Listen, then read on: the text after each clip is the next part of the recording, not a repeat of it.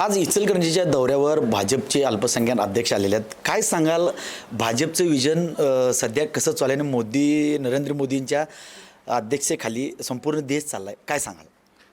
ये देश विकास के पथ पे चल रहा है। माननीय प्रधानमंत्री श्री नरेंद्र मोदी ने जो सबका साथ, सबका विकास, सबका विश्वास, सबका प्रयास ये नारा दिया है, इस नारे में सब लोग जुड़ रहे हैं और विशेष रूप से जो अल्पसंख्यक समाज के लोग जिनको भ्रम फैलाकर दूर किया गया था, वो अब माननीय प्रधानमंत्री जी के काम को देखकर, महाराष्ट्र में माननीय मुख्यमंत्री श्री देवेंद्र फडणवीस जी के काम को देखकर लोग अब करीब आ रहे हैं। क्योंकि जो झूठ बोले गए थे कि मुसलमानों को तकलीफ़ होगी, मुसलमानों को पाकिस्तान भेज दिया जाएगा, मुसलमानों को रोज़गार नहीं मिलेगी, मुसलमानों को सुरक्षा नहीं मिलेगा, मुसलमानों के धार्मिक स्थल सुरक्षित नहीं रहेंगे, ये सब झूठ बोल बोलकर 70 सालों से गुमराह किया गया था। लेकिन जब देवा भाव की सरकार आई तो सबसे ज़्यादा सुरक्षा अल्पसंख्यक को मिला, सबसे ज़्यादा विकास अल्पसंख्यक का हुआ। जब केंद्र में माननीय प्रधानमंत्री की सरकार आई तो सबसे ज़्यादा योजनाएं जो हैं वो अल्पसंख्यक समाज को मिल रही है। सभी योजनाएं तो मिल भी रही है, उसमें 350 योजनाएं ऐसी हैं जो अल्पसंख्यक समाज के लिए विशेष रूप से चलाई जा रही है, उनका भी लाभ मिल रहा है। सब खुशहाल हैं, देश में उन्नति है, तरक्की है, चारों तरफ खुशहाली है। इसलिए लोग अब गुमराहियत से दूर होकर सभी दलों को तलाक देकर अब धीरे धीरे लोग भारतीय जनता पार्टी के साथ जुड़ रहे और देश को मजबूत बनाने का काम कर रहे हैं। और ये सबके समझ में आ गया है की ये देश है तो हम हैं। 2 महिन्यापूर्वी ओवेसींची इथे सभा झाली होती. त्यांनी पंतप्रधान आपले देशाचे गृहमंत्री यांच्यावर टीका केली होती की भाजप हा मुस्लिम विरोधातला पक्ष आहे, त्यामुळं तुम्ही भाजपबरोबर जाऊ नका, आमच्याबरोबर या, आम्ही निवडणूक लढून तुम्हाला एक सक्षम नेता बनवू. त्याबद्दल काय सांगाल? पहले अवैसी जी खुद तो नेता बन जाए। उनके वालिद साहब, उनके पिताजी ने कोशिश किया था, वो अकेले सांसद बने और उसी 7 विधानसभा में उनके लोग जीत कर आए। फिर अवैसी जी पूरा ज़िंदगी लगा रहे, वो अकेले जीत कर आए, 2 सांसद नहीं बन पा रहे। महाराष्ट्र के लोगों को भ्रमित करने का काम किया था, महाराष्ट्र के लोगों ने भी पाटेम्बा निकाल लिया। बिहार में गए थे, वहाँ भी कुछ हाथ नहीं लगा। ये देश को बांटने के लिए काम कर रहे हैं। अब मुसलमान समझ गया है कि एक जिन्ना पर हमने भरोसा किया था, मुस्लिम नेता माना था, उस जिन्ना ने देश को बांटकर 2 टुकड़े कर दिए। आज जो है भारत के जो मुसलमान हैं वो जिन्ना के दिए हुए दंश को आज भी झेल रहे।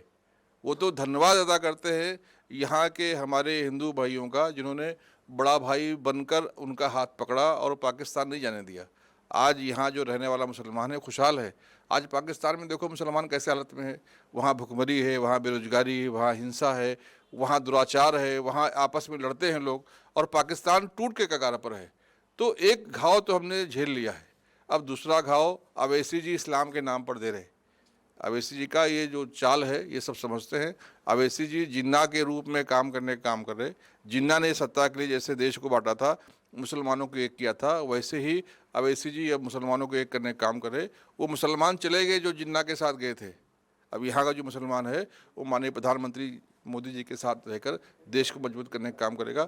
अवैसी जी पहले खुद नेता बन जाए, फिर मुसलमानों की चिंता करें। आपण जर बघितलं तर लोकसभा निवडणुका झाल्या, विधानसभा निवडणूक झाल्या, स्थानिक निवडल्या, विरोधी पक्ष सगळेच असा आरोप करतात की भाजप ज्यावेळेला निवडणूक येते त्यावेळेला देशामध्ये बॉम्ब ब्लास्ट होतो, हिंदू मुस्लिम दंगे भडकवतात. त्याबद्दल काय सांगाल? ये देश भी देख रहे हैं, देश के लोग सब जान रहे हैं, देख रहे हैं कि भारत में परिवारवाद इतिहास बन गया।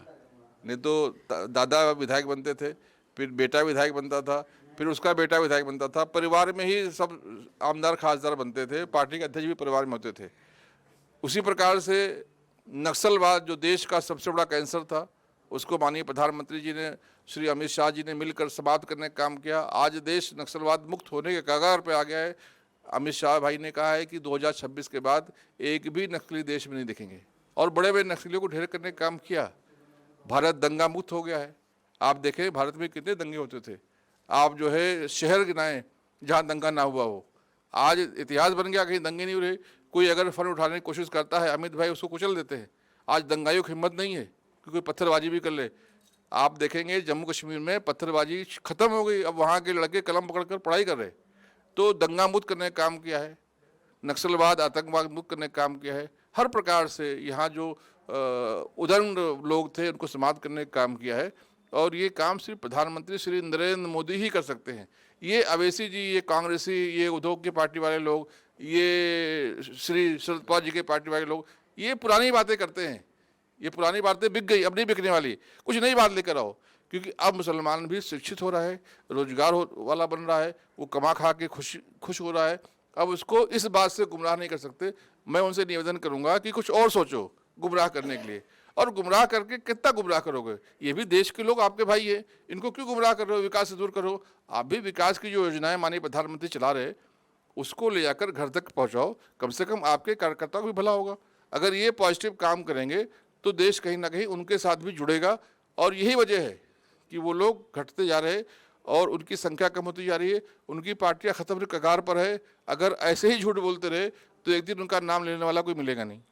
देशामध्ये आता नवीन झाली की ओट चोरी, त्याच्यावर काय सांगाल? कारण की बवाळ उठवलेला आहे म्हणजे ओट चोरीवर. वोट चोरी नहीं है, दिल चोरी है।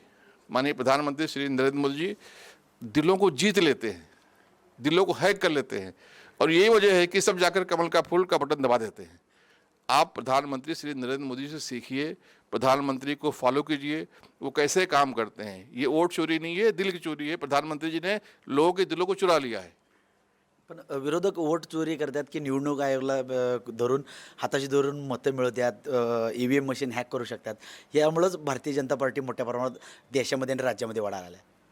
अब कुछ तो कहेंगे, वो अपनी जो है नाकामियों को छुपाने के लिए कुछ तो कहेंगे। मैं तो ये कहूँगा कि वो नाकामियों को स्वीकार करके क्या कमी है विचार करें।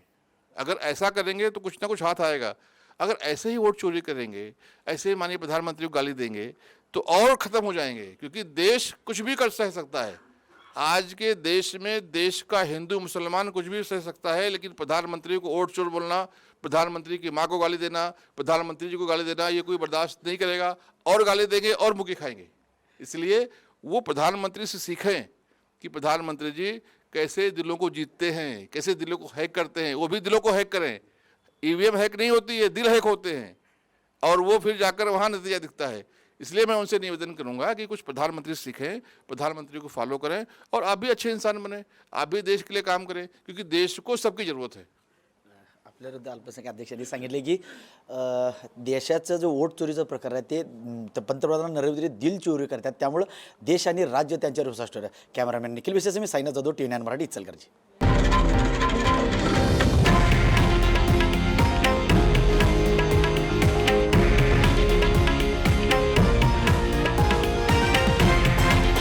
हे आहे देशातील नंबर 1 न्यूज नेटवर्क आणि आपण पाहत आहात TV9 मराठी, एकमेव.